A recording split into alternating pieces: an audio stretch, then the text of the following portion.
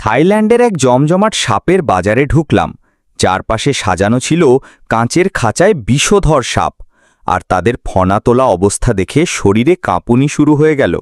হঠাৎ চোখে পড়ল এক ছোট্ট অজগর সাপ। তার শরীর মসৃণ, চোখে এক অদ্ভুত মায়া। সাহস করে সাপটা কিনে ফেললাম। বাক্সে না নিয়ে সরাসরি সাপটা গলায় জড়িয়ে নিলাম। বাজারের ভিড়ে সবাই থমকে তাকিয়ে রইল। আমি অবাক, কিন্তু ভিতরে একটা অদ্ভুত রোমাঞ্চ কাজ করছিল। বাইক চালানোর সময় সাপটা গলায় পেঁচানো অবস্থায় আমার বাইকের সামনে রাখা ছিল। রাস্তায় চলতে চলতে মনে হচ্ছিল যেন কোনো অ্যাডভেঞ্চার শুরু হয়ে গেছে।